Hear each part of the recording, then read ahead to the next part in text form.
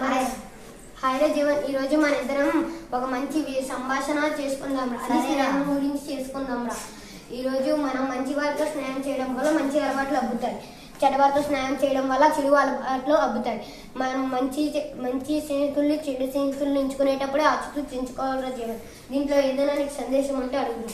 మనం ఎటువంటి వారితో స్నేహం చేయాలి? మనం మంచి వారితోనే స్నేహం చేయాలరా. ఇంకోటి చెప్తాను విందా. బాధ్యత లేని పిల్లలతో స్నేహం చేయడం వల్ల మనము సోమరబోతుల్లా తిరుగుతాం రా జీవన్. మంచి స్నేహితులను ఎలా ఎంచుకోవాలి? మనం స్నేహితులు ఎంచుకునేటప్పుడే ఆచితూచి జాగ్రత్తగా బుద్ధిగా చదువుకునే పిల్లల్ని ఎంచుకోవాలి. బాధ్యత లేని పిల్లలతో స్నేహం